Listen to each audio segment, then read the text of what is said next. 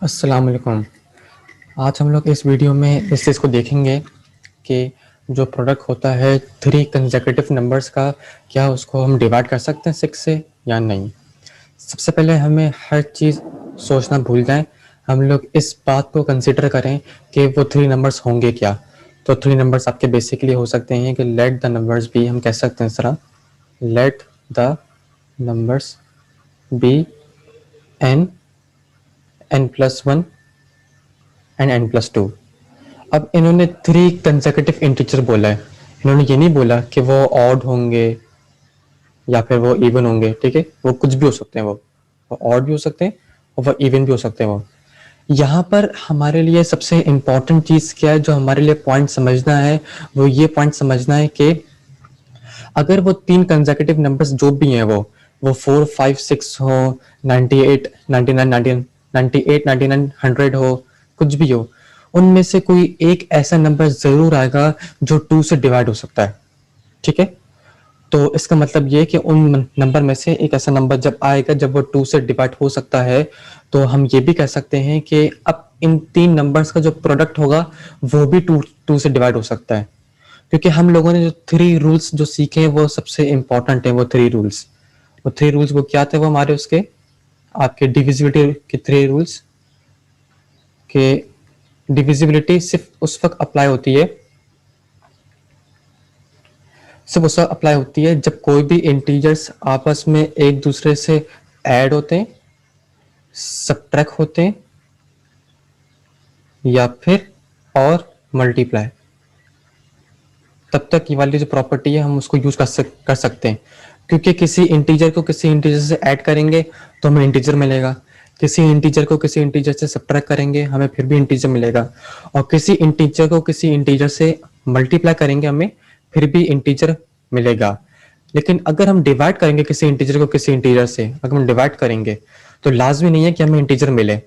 For example, अगर हम example यहाँ पर लें छोटी सी,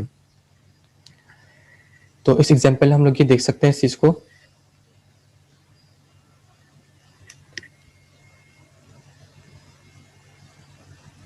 तो हम लोग इस चीज को देख सकते हैं कि अगर 6/7 करूंगा तो अब हमें इंटीजर नहीं मिल रहा, हमें आज जो मिलेगा पॉइंट से मिलेगा। तो इसीलिए भले दोनों इंटीजर हैं, ये डिवाइड कर रहे हैं, लेकिन हमें इंटीजर नहीं मिलेगा। तो इसका मतलब कि आपके जो प्रिंसिपल्स है वो डिवीजन के लिए अप्लाई नहीं किए जाते हैं, वो सिर्फ के अप्लाई किए जाते हैं। ठीक है, तो इसका मतलब कि अगर n या फिर n+1 या फिर n+2, अगर इनमें से कोई एक ऐसा डिजिट है which can be divided by 2, which can be divided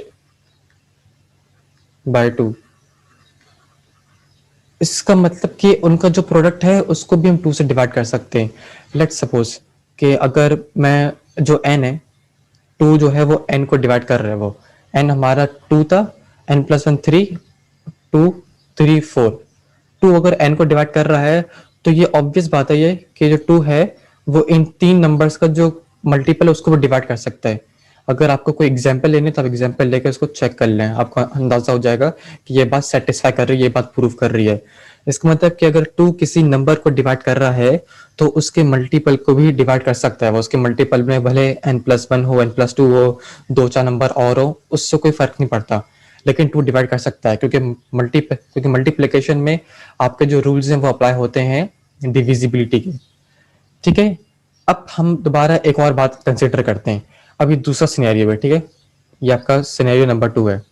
ये एक तो आपका 2 के लिए हो गया, अभी आपका किसी और के लिए। ठीक है, अब इसमें बेसिकली क्या हो रहा है कि सिनेरियो नंबर 2 में हम लोग इस चीज को कंसिडर कर सकते हैं कि अगर हमारे वो तीन जो नंबर है, हमें नहीं पता वो तीन कंसेक्यूटिव इंटीजर्स क्या है, वो हम चाहे तो अपनी मर्जी से कोई भी एग्जाम्पल ले सकते हैं। लेकिन एक बात लाजमी है, उन तीन नंबर जो भी होंगे उनमें से कोई एक ऐसा नंबर लाजमी होगा जो 3 का डिविजिबल होगा। लेट सपोज मैं नंबर लेता हूं अपने 80, 81 और 82। तो 81 एक नंबर है कि जो 3 से डिवाइड हो सकता है। आगे समझ, तो इसका मतलब ये कि उन तीन में से कोई एक ऐसा नंबर लाजमी होगा जो 3 से डिवाइड हो सकता है। तो अगर ऐसी बात है, इसका मतलब ये हुआ कि हम लोग ये भी कह सकते हैं कि अगर 3 डिवाइड कर सकता है उनमें से किसी एक नंबर को, तो हम ये भी कह सकते हैं कि जो 3 है वो डिवाइड कर सकता है उस नंबर के मल्टीपल को भी, या उस नंबर का प्रोडक्ट किसी और इंटीजर से हम लोग कर ले तो वो उसको भी डिवाइड कर सकता है वो। तो ये बात सेटिस्फाई 3 के लिए भी होती है। जो बात 2 के लिए होती थी वो बात 3 के लिए भी होती थी। अब लेट सपोज, अब मैं आपको एक एग्जांपल देता हूं कि इस एग्जांपल को समझने के बाद कुछ चीजें और क्लियर हो जाएंगी। अगर हम इस बात को कंसीडर करें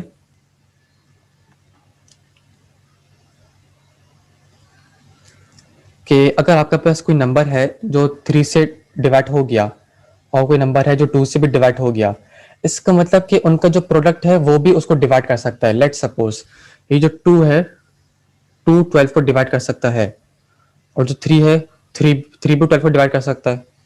ठीक है, तो इसका मतलब कि 2 और 3 का जो प्रोडक्ट है वो भी 12 को डिवाइड कर सकता है।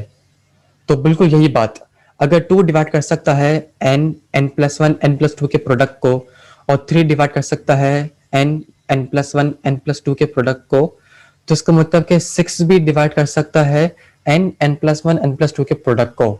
इस बात को हम लोग इस तरह लिख सकते हैं कि अगर आपका a है, अगर वो b को डिवाइड कर रहा है, और आपका जो c, और आपका जो सी है वो भी बी को डिवाइड कर रहा है, क्योंकि यहाँ बी हमारे पास एक ही है ना, n+1 n+2। तो इसका मतलब कि ए और सी का जो प्रोडक्ट है वो भी बी को डिवाइड कर सकता है। ये बात हम लोगों ने प्रूफ इस एग्जांपल से की कि अगर 2 डिवाइड कर सकता है 12 को और 3 डिवाइड कर सकता है 12 को, तो 2 और 3 का जो प्रोडक्ट होता है वो होता है 6, तो 6 भी डिवाइड कर सकता है 12 को। तो उसका मतलब कि इन दोनों का जो प्रोडक्ट है वो भी उस नंबर को डिवाइड कर सकता था। वो नंबर हमारे पास क्या था, वो नंबर ये था, हमारे पास जो बी है वो ये है। ठीक है, तो उसका मतलब कि जो 2 और 3 का जो प्रोडक्ट है वो 6 है, तो वो भी डिवाइड कर सकता है आपके 2 और 3 का जो प्रोडक्ट है वो 6 है, तो वो भी डिवाइड कर सकता है n+1 n+2। तो यहाँ पर हम लोगों ने प्रूफ कर लिया, हैंस प्रूफ।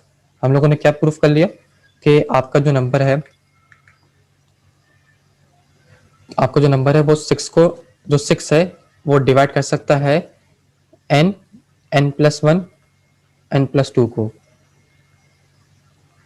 ठीक है, तो हैंस प्रूफ।